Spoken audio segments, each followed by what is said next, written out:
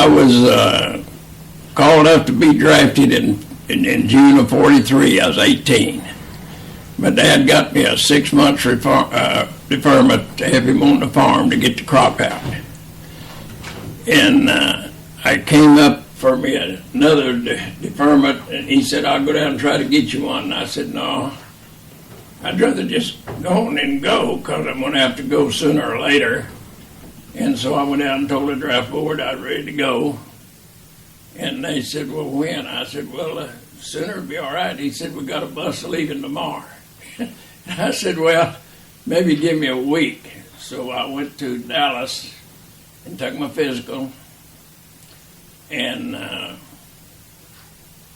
you take your physical, and then the next morning they call you up if you pass it. And this big Marine called me up there and said, boy, you one quite healthy guy. Said, you can get any branch of service you wanted.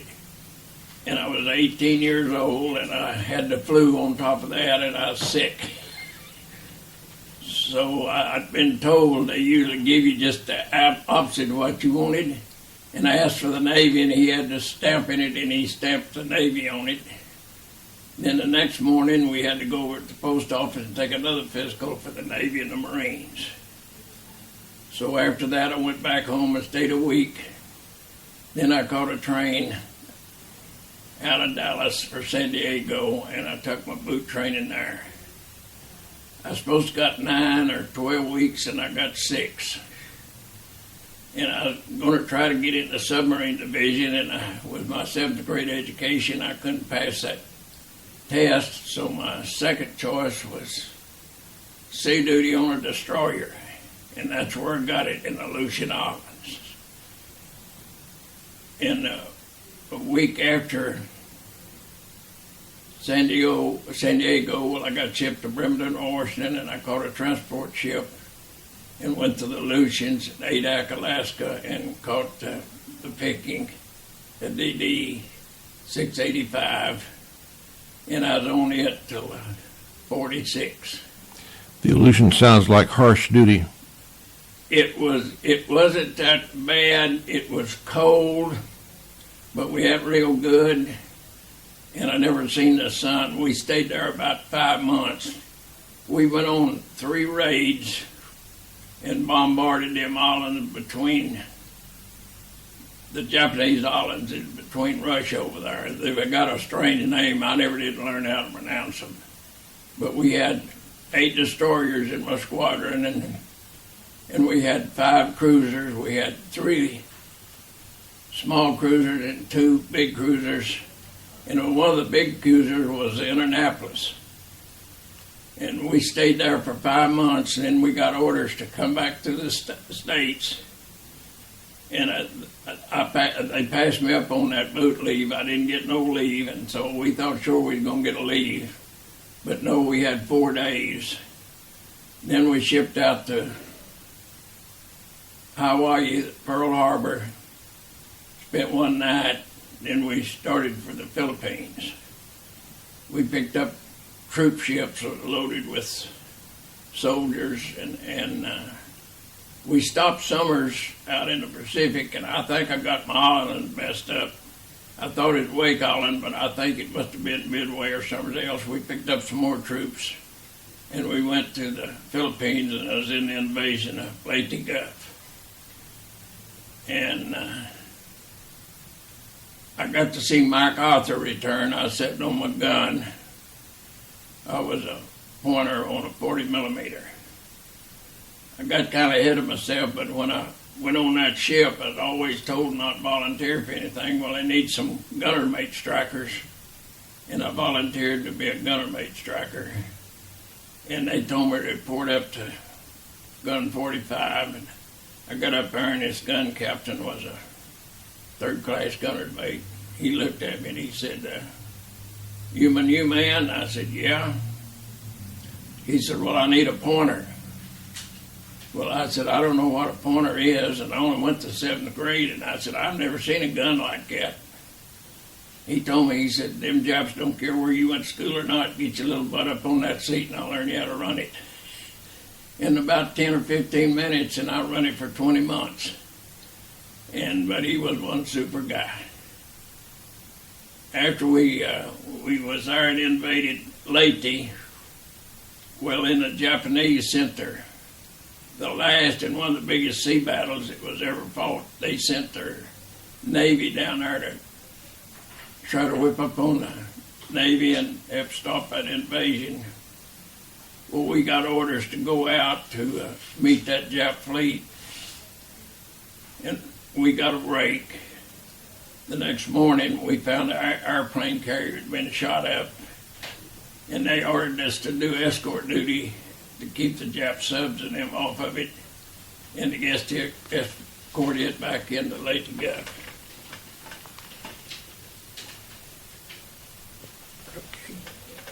Okay, we stayed around the Philippines, and I think we made, I think it was 5 invasions. We made so many I forgot. We invaded Luzon next. And what we would do, we'd pick the troops up and take them in there, and then we'd bomb the beaches and then give them fire support. And then, of course, that's when was the first suicide plane I ever seen was in the Leyte Gulf there. And then after Luzon, we invaded Crigador and Bataan, and it was another island. Well, it rolled on till March, and then we took a whole bunch of ships and went to Okinawa. I think it was 1,300 ships in that invasion. We got there 2 or 3 days before April 1st. And then we was in the invasion, and we stayed there for 90 days, and we kept half the guns banded all the time. And then when we'd have a General Porter raid, we'd band them all, and we shot them guns for 78 days without stopping, any time. And we got shot at from ashore, and got torpedoed 2 or 3 times, but they missed us. And we'd do picket duty out in the China Sea, pick up them Jap suicide planes coming in. And we shot 18,000 rounds of 5-inch 38s. After I was on the ship a little while, that gunner mate striker, well, they put me on a 5-inch 38. And then after I was on there about a year, well, they give me one the gun mounts to take care of, and I had a helper, and so I was probably one of the few seaman first class that was taking care of a 5-inch 38 because you're supposed to be a 3rd class petty officer. And Well, this time did they allow you to strike for gunner's mate? yeah, I was striking, and then the good deal, when the war was over, I had plenty of points to get over and get out because of combat duty, and I never had any leave or nothing, and everything. But the gunnery officer come to me and said, you need to go down there and take that test for that 3rd class gunner's mate. I said, well, I had trouble passing the 1st class seaman test. I don't think I could pass it. I'm going to get out and go home and raise Jersey. He laughed. He said, well, you need that rate anyway.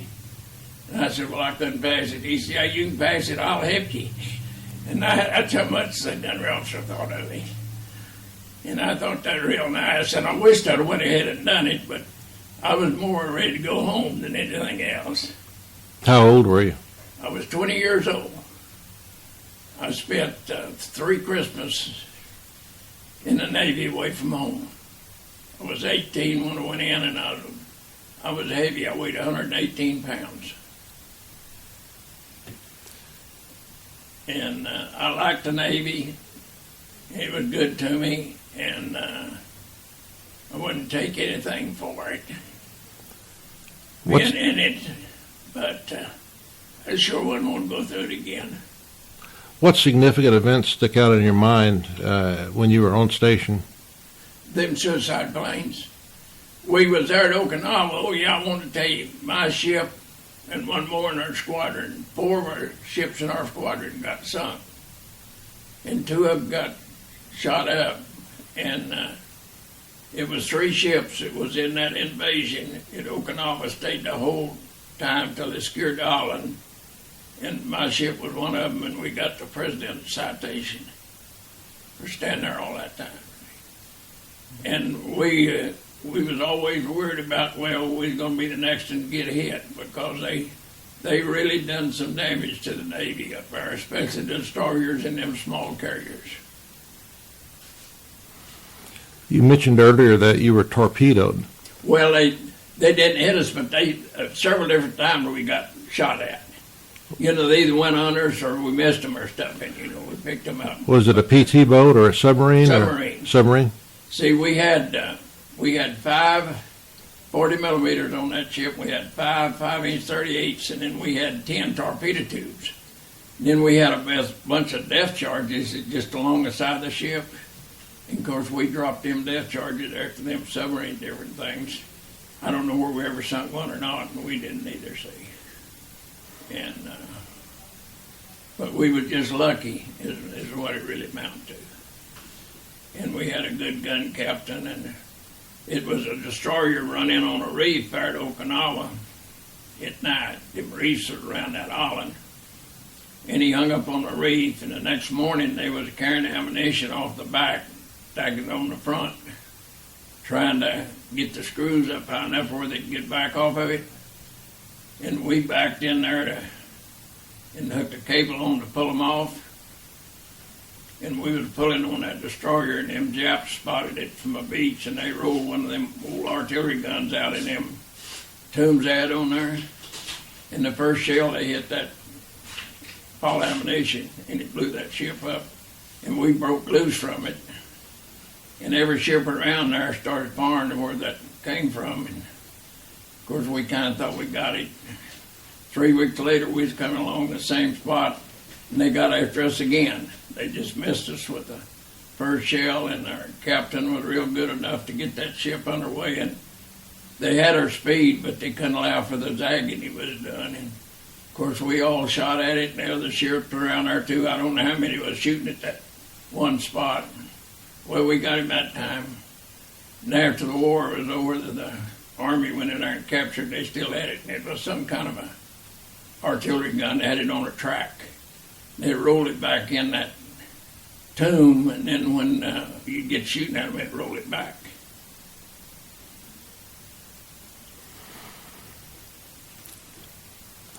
What other events stick in your mind?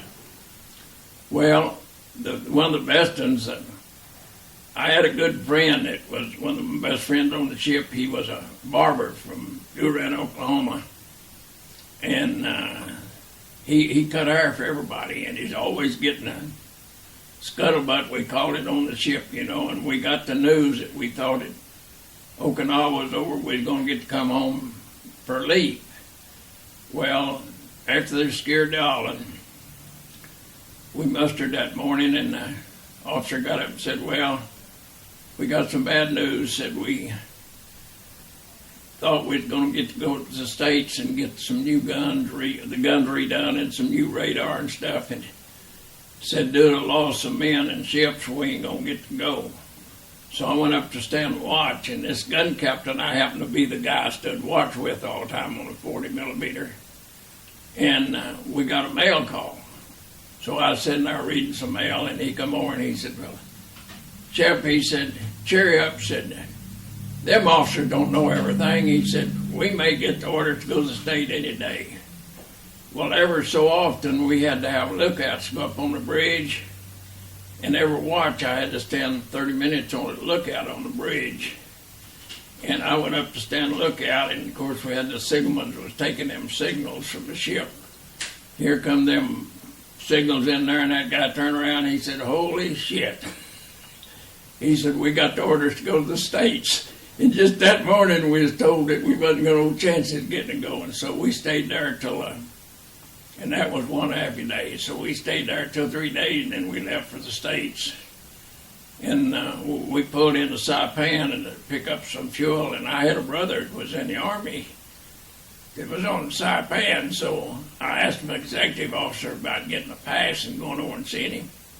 He said, well, let me check with the old man a little bit. He come back and he said, Shepard, he said you could have that pass, but he said we're going to the States in an hour. Do you want to go with us, or do you want to go see your brother? I said, well, I believe I'll go to the States. And then another thing happened that made me think a lot of our captain. When we was in the Philippines, they give us a recreation party down there. I don't know, a week or two before we went to Okinawa, and we had a softball game and a couple cans of beer. Well, a couple of guys on the ship jumped ship. They didn't come back. Well, when we got to Hawaii after we went to Okinawa, well, they brought them back out there and going to put them on the ship. And that captain was B.J. Sims. He wasn't even the captain rating. He was just a commander or something. He wasn't even maybe a first lieutenant or something. But he seen them guys, and he called down there and said, you get them off of here. They wouldn't go to Okinawa with me. They're not going to the States. He wouldn't even let them on the ship. He just kicked them back off, sent them to the beach, yeah. But I was just lucky, and I didn't have a bit of trouble. And I think every boy ought to have 2 or 3 years in the military. You just grow up a lot quicker. You think a lot more of your country. And you're just a little bit easier pleased. When you went into the shipyard, Oh, yeah. When we come into the States, we went to Vallejo, California, and they put the ship in there, and they redone it. We got some new guns, and the things worked over, and got some new radar, and we stayed there. And I asked for a leave. The first group, we had 2 groups of leave. I got the first bunch, and they gave me 15 days. Well, I went the next morning, and when I first got ashore, I didn't have nothing to take on that batteries cover, and I had it full of cigarettes and 22 shells that my chief gave me to take home for my little brother. And I might not have should have had them 22 shells, but my little brothers had a lot of fun with them. But anyway, when we I went and bought me a new uniform, tailor-made. I wanted one of them big bell-bottom one deals, and I went to the YMCA Bill, spent the night. Well, the next day we caught the train. There was 40 guys on that ship that was off of not ship, train, I'm sorry. There's 40 guys off of my ship was on that train, and that was the drunkest bunch of guys I ever seen. And I had a good friend from Jasper, Texas. He's the same age I was, and our birthdays were the same day. And he had drank so much, he was sick. I was holding his head out the window, and he was throwing up. SP's come by, and he said, well, we're going to take him off. And I said, oh, don't do that. He ain't never been home since he left. And I said, he's been overseas. And I said, I'll take care of him. He said, well, if you'll promise to take care of him. He said, you're the only sober guy on here. So I was lucky. I didn't get to smoking, and I didn't get to drinking when I was in there. And if you can make it through combat after that, well, you're just lucky. Not that I was any tougher than anybody else, and not near as tough as a lot of them guys was, but you're just lucky if you can do something like that. how did the experience change your shipmates? What did you see? Oh, well, you just appreciated friends, and you just appreciated things because you just grew up so fast there. And I remember 2 or 3 things they told me. One thing they said in boot camp, they said, now, when you get a pass, don't go down here and do something, break a law or do something to shame yourself, your parents, or the Navy. Because that uniform is supposed to stand for something. And you're not supposed to get out and do stuff like that because you do one thing and it's bad and they're going to get blamed for a deal like that, see. So, and they told me, well, when I was on the train, I was going out there, well, we had a school teacher that drafted. And he was talking to me. He said, well, if you just do what you're told to and do your best, you won't have any trouble. And I didn't have a bit of trouble in training. Never was on report or nothing. And just made it real fine. And I just had a lot of luck. Got homesick a few times. got scared a few times, but you never did worry about, well, we shot down 7 of them suicide planes, and we thought that we was pretty good. The last scene, I think it was the Young destroyer. I think they shot down about 20-something, but they got sunk, shooting them down. But the most we ever had run at us one day there at Okinawa, we had 4 of them run at us at one time, and they come in out of the sun. Well, we got a break because them 5.8 38s got 2 of them planes way out there, and one of them peeled off, and about the scariest I guess I ever was. That last one was about 200 feet from my ship when it fell in the water and it was on fire. And it looked like to me it was coming right down that side on that gun I was on. But it's a little bit further, I imagine, than that. That 5-inch 38 was a good gun. Yeah, it was really good. It would shoot something like a range of 5 miles. And it shot a projectile was 54 pounds, and it had a fuse in it, and you could set it for ranges, or if it hit anything, it exploded. But it had a 20-pound powder behind it, and they loaded all them things in by hand. And on that 40 millimeter, it took the trainer, the pointer, 2 first loaders, the gun captain. Then we had 2 second loaders, and we had our ammunition just stacked right around us, and you could whirl that thing from around. And running it was real easy because most of the time I farted in automatic, and all I had to do was just sit there and hold the pedal down. And as long as them boys started, and we had one guy that got wounded on the ship, and he was the first loader on my gun, and he got some shrapnel in a leg from Summers at one of them times when we were shooting. You said you were the gun captain, right? Huh? You said you were the gun captain? No, we had a gun captain. No, I was a pointer. I was a guy that pointed the thing and farted, see. The gun captain, they all had to be third classes, and there's the one that wore the phones that told us when to shoot and not shoot. And another thing, we were real lucky, too. Sometimes we seen several different times when them planes that start coming in, well, they'd just start shooting, before you got orders. And there's 2 or 3 times that some of them ships shot at their American planes. But we never did. We waited till they give us orders, and then when the orders come through, well, he gave us orders, and we'd go shoot until it quit.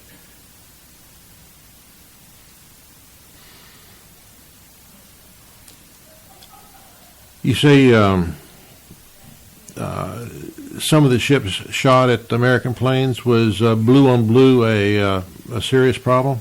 Yeah. Well, I never did see them shoot any of our planes down. But one of the first deals there at the Philippines, we had this suicide raid. These jet planes come over, and of course they went to call in for air support, and the Army Air Force sent 2 or 3 planes over.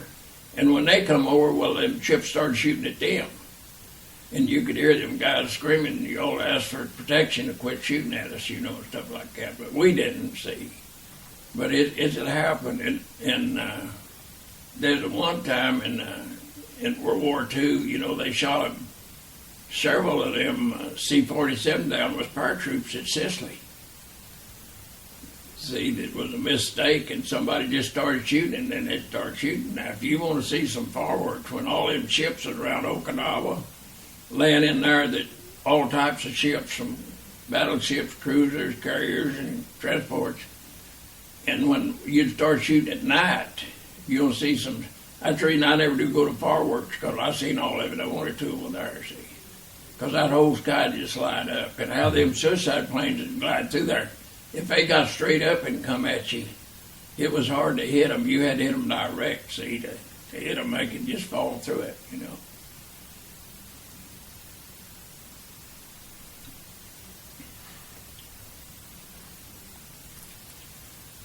Did you fish anybody out of the water, pilots? Oh, yeah, we on that ship that was. I think the name of that story was Longshore. I'm not sure, but there was 135 of them sailors was killed. And then we picked some survivors up.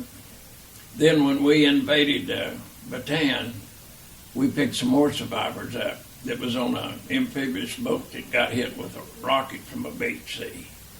And then I seen a few Jap bodies floating in the water around Okinawa, see. Never seen any Americans out there in the water. So you never recovered any Japanese? No. No, they didn't stop picking them up. Well, they was already dead, the ones we seen, see, so they didn't bother to stop picking them up. Did you work as a convoy? You said you worked as a convoy escort on the way over. Yeah. And did you work with another destroyer for anti-submarine warfare? Oh, yeah. See, we had all of our whole squadron was together all the time. Every time we'd pick up a bunch of them we'd escort them troop ships, and there'd be a whole bunch of troop ships, and then there'd be us around them, looking for submarines to give them our support and stuff. Yeah. We was as much of them in that. Yeah. Did you have radar when you were on picket duty? Yeah, we had pretty good radar.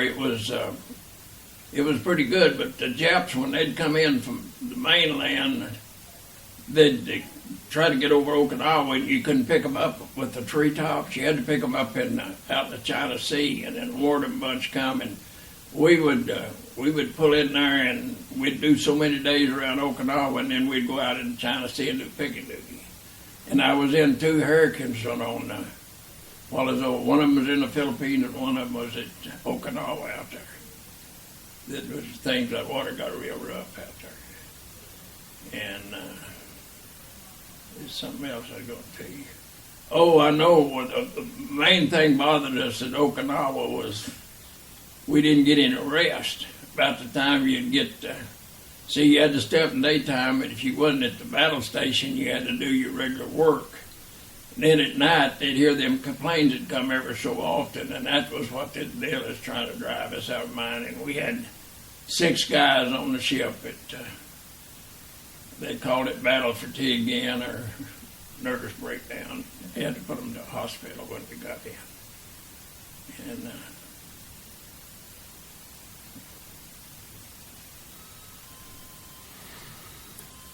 what stands out in your mind the most from that time when you were off the Japanese islands? If we was going to make it back.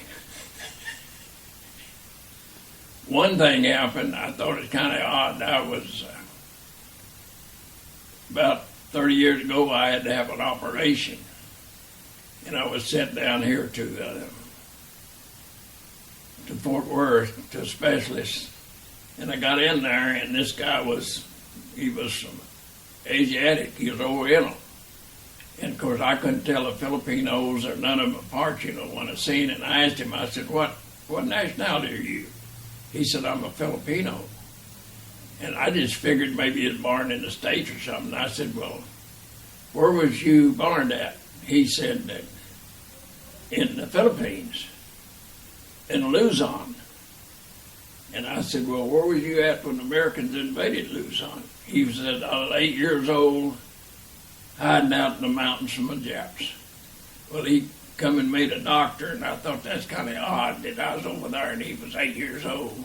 Then he was operated on me when I come back to the States, and he done a good job. He really fixed me up good. Yeah. Was he in Luzon during the invasion? Yeah.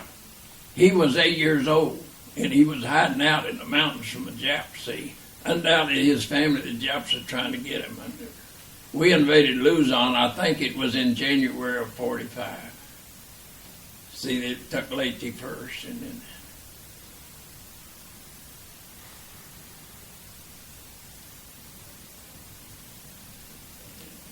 Did you work with any amphibious warfare ships?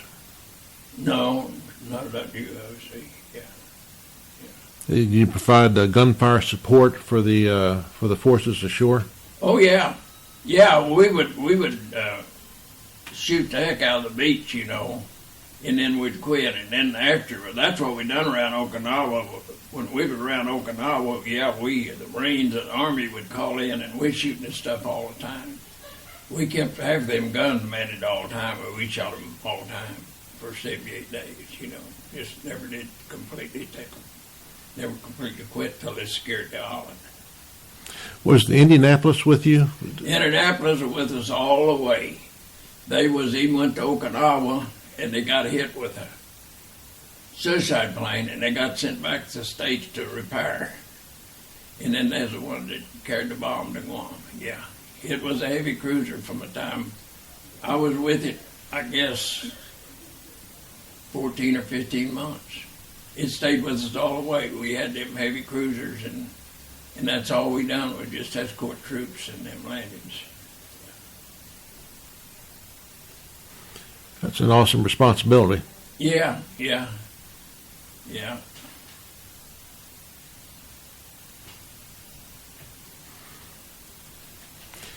What about during the transit? Anything stick in your mind about that? You mean when I was getting out, or? Well, yeah, either when you were transiting back from the Pacific to the U.S. or on the way over. Well, the only thing I was real happy I got to come back, and one thing I had a girlfriend that I went with her about two years or so before we went there, and so we was gonna get married after I got out of the Navy, and I get a dear John letter that when I got to Hawaii that she's gonna marry somebody else. But when I got home, she changed her mind, and then we didn't get married, but we got engaged, and I married her then after the war was over. And she kept me for 28 years, and then she got tired of me, and she dumped me. A lot of that going around. Oh, yeah, it did, yeah. And I know it wasn't all her fault, because I have my ways, too, and problems, too, like anybody does. So, how did the process go when you mustered out? Oh, yeah. The only time I was sick when I was in the Navy is when I had the flu went in. And when they got ready to decommission the ship, well, I had plenty of points to get out, but they froze me to it to help put them guns. We wrapped them up and covered them up, and civilians done the most, but I stayed on it for about 3 months. And I got sent to the Marine base there in California and then to Norman, Oklahoma, and got a discharge. And when I got to Norman, I had the flu again. I didn't want to say anything about it because I didn't want to get stuck in the hospital, so I was sick when I went in, and I was sick when I got out. And the rest of the time, I made it just good. I got shell shocked at Okinawa, but it was my fault. I went to leave the watch, and I was about half asleep. And one of this number 4 gun mount was right next to a 40 millimeter, and they trained that thing around to fire at the beach. And I come up under it, and it knocked me off the ladder. But it didn't hurt me much, blistered my face a little bit, but I just got back up and went on and got up on the gun.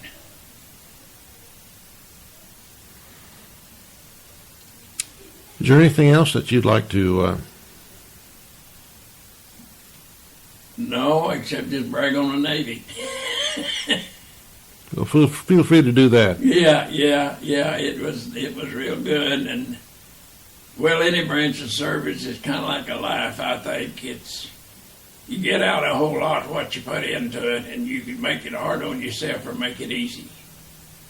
And if you go in there, your mind on it, you're gonna do the best you can, and you do that. I think that's one reason I made it as good as I did. I had 4 brothers. And 3 of us there's 5 of us boys in my family, and 3 of us in World War II. Then 3 in the Korean War. Now that'd be 6, wouldn't it? Yeah. Well, one of my brothers, just younger than me, he got drafted twice.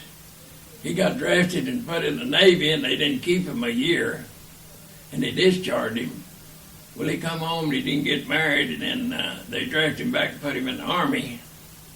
Then when the Vietnam come along, my son got out of high school, and I told him, I said, named Mickey, I said, now you need to pick you out of college, you're going to try to go to it. He said, I don't like school, I don't want to go to college.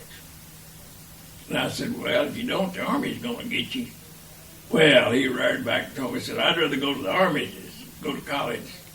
And now, Mickey, you ain't seen what I seen them soldiers went through where on them islands and different places. I said, you better think about it. I said, go down and join the Navy, because the Navy wasn't getting beat up in Vietnam, you know. And I said, I think you have to stay another year. So I had him to about talked into joining the Navy. My brother named Kenneth, and he come down, and so I sat in the living room, and I said, now, Mickey, just asked your Uncle Kenneth how much better that Navy is than that Army. Because when he got drafted back in, they sent him to Korea, and he spent 2 winters in Korea. He reared back, and he said, I wouldn't put a damn dog in that Navy. And I was so shocked I couldn't imagine, because we'd never talked anything about, you know, how he liked it or didn't like it, and how much better the Army was. And I said, Kenneth, I can't believe that. I said, what did the Navy ever do to you? Man, they made me wash my own clothes in boot camp.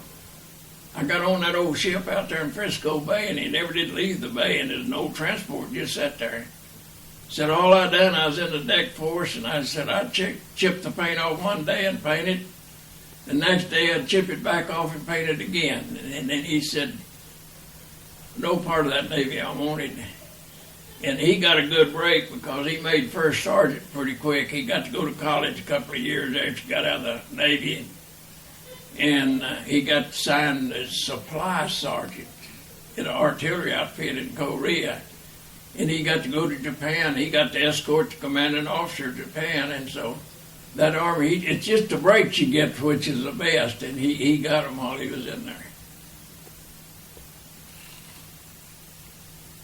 And Mickey, they took him and he took his training at Camp Polk, Louisiana. And then they put him in the heavy artillery, and that was a big break because they sent in nearly all them 19-year-old boys to right to Vietnam. And he got sent to Germany for 2 Christmas, and he got to see Europe over and got it paid for. What about Korea? Were you in jeopardy of being called up for Korea? Yeah, I can tell you a little story about that. My brother-in-law, my wife's was older than her. We was good friends in service, and he got drafted in the Army after I did because I was a little older than him.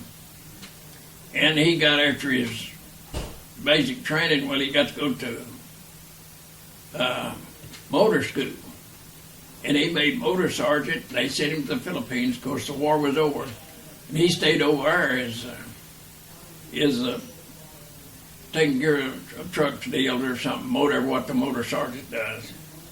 So it was time for him to get out, and they gave him some deal to go to Korea, an extra stripe or something, and some extra pay. And so he went to Korea and stayed. Well, he come home, and I tried dairy farming for a while when I got home, and then I had to go to work in the oil field. Well, I got him a job in the oil field, and he was working, and he lived in Odessa.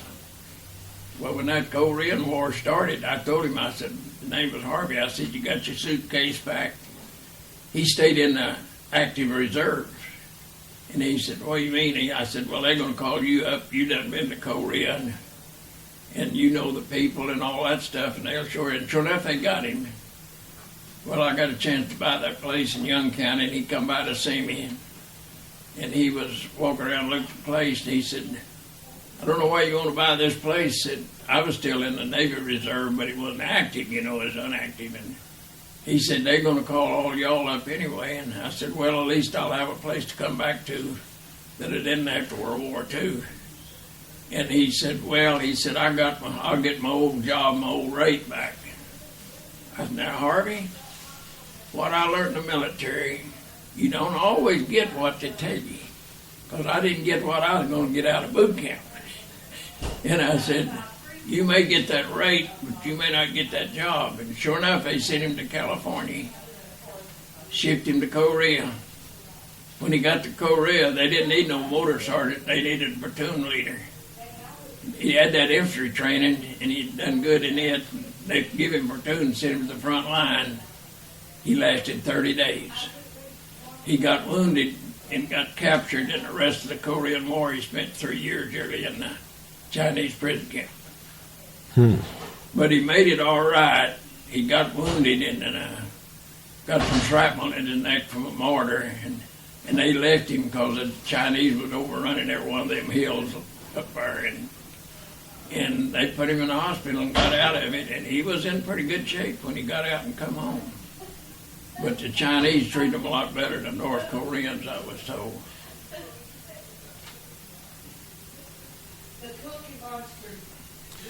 Anything else? Well, nothing, unless you want to know a little bit what I done after I got out. You interested in what happened to me this Sure. day? Well, after I got out, I come home, and I got out of the Navy in 4 days. I got married.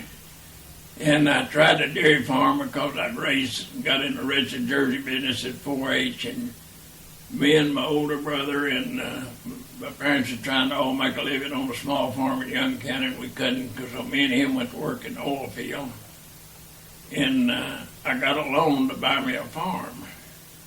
You didn't have any trouble getting it, but you had to please so many people it's hard to get it. Well, after about 3 years, they called me up and told me they had me one of them farms, and I bought a farm in Wise County, and it turned out real good.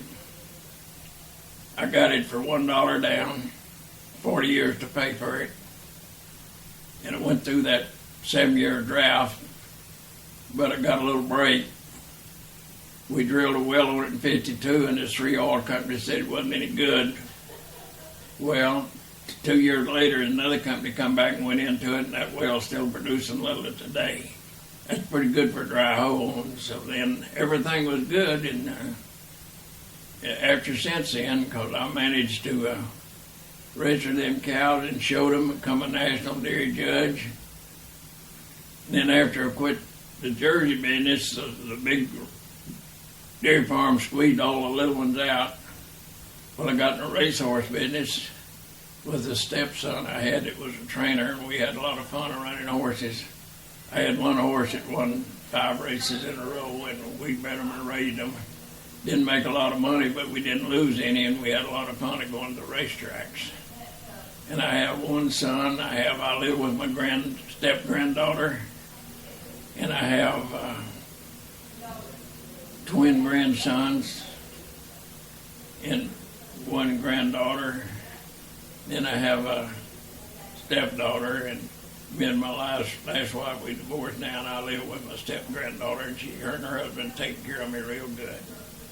So I've had a lot of fun and had a good life, and I want to try to make it a few more years, if the good Lord's willing. Thank you very much. You bet.